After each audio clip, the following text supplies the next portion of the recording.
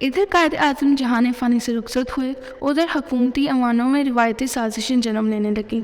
اس سارے خطاب کو اگر کوئی شخص قائد اعظم کے بعد سنبھالنے کی صلاحیت رکھتا تھا تو وہ پاکستان کے پہلے وزیر اعظم خان لیاقت علی خان تھے۔ بانی پاکستان کے بعد لیاقت علی خان مختار گل ہو گئے اور پاکستان کی قسمت کے اہم ترین فیصلے کرنے لگے۔ اس وقت ایک طرف پاکستان کا آئین تشکیل پا رہا تھا اور دوسری طرف پاکستان کو اپنی تاریخ کا ایک اور اہم ترین فیصلہ کرنا تھا۔ یہ فیصلہ تھا روس اور امریکہ کی سرد جنگ میں کسی ایک کا اتحادی بننا یا غیر جانبدار رہنا۔ پاکستان نے یہ تاریخی فیصلہ امریکہ کے حق میں کیا، حالانکہ پاکستان کے پاس بھارت کی طرح غیر جانبدار رہنے کا آپشن موجود تھا۔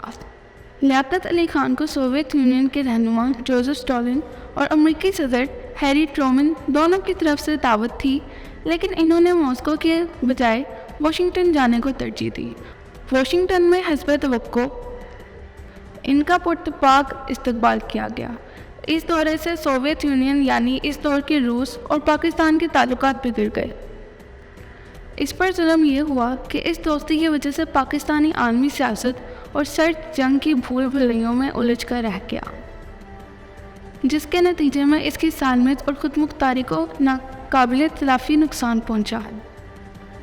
سب سے بڑا نقصان تو یہ ہوا کہ پاکستان آزادانہ خارجہ پالیسی کے راستے سے ہٹ گیا اور عالمی قوتوں کے اعلی کار کے طور پر استعمال ہونے لگا۔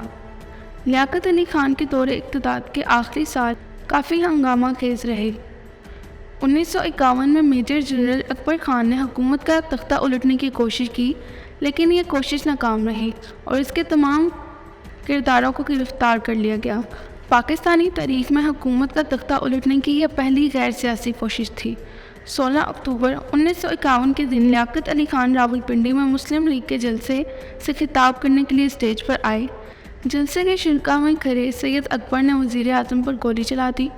گولی سینے پر لگی اور پاکستان کا پہلا وزیر اعظم ہزاروں لوگوں کے سامنے دن دہاڑے قتل کر دیا گیا۔ کہا جاتا ہے کہ لیاقت علی خان کے آخری الفاظ تھے، اللہ پاکستان کی حفاظت کرے۔ اس پر ظلم یہ ہے کہ قتل کی تفتیش کے لیے جو پہلا ثبوت میدان میں موجود تھا، یعنی گولی چلانے والا سید اکبر، اسے موقع پر پولیس نے ہلاک کر دیا۔ اس قتل کی تفتیش انتہائی غیر سنجیدگی سے کی گئی، جس کا ایک ثبوت یہ ہے کہ جب لاہور ہائی کورٹ میں قتل کیس کی فائل پیش کرنے کا حکم دیا گیا تو ایڈیشنل ایڈوکیٹ جنرل نے حیرت انگیز جواب دیا۔ اس نے کہا، مائی لارڈ، لیاقت علی خان کا قتل کیس کی فائل گم ہو گئی ہے۔ اس قتل کی پوری تفتیش تو کبھی نہ ہو سکی، لیکن اخباروں میں ایسی خبریں آتی رہیں کہ لیاقت علی خان کے قتل کے پیچھے امریکہ اور افغانستان کے ہاتھ ہیں۔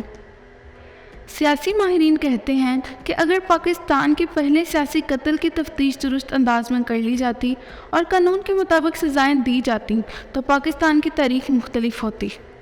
لیاقت علی خان کا دنیا سے اٹھنا تھا کہ پاکستان کے وزیر اعظم کی کرسی ایک مذاق بن کر رہ گئی، جس پر کٹ پتلیاں لائی جاتی اور گرائی جاتی۔